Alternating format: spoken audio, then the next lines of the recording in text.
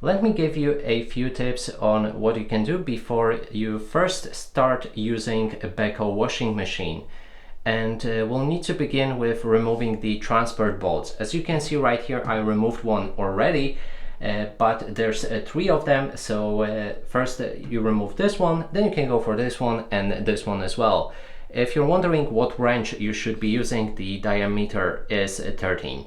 And I won't be removing them right now, just wanted to tell you that. Also, after removing all of the transport bolts, you will need to get these plastic caps, which are also included, and apply them like this to each of the holes. Next thing is the water, and here is a plug where you need to enter your water source, and there's a cable with the ankle, and you can just screw it in. Make sure it's fully screwed before you actually start using it. Then there's the water drainage, and the water drainage cable is taped right here.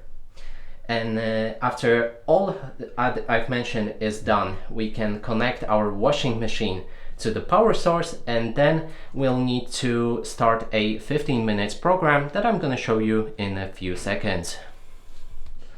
And the last tip is to actually start any program, but make sure not to put any cloth or anything else in the in your washing machine.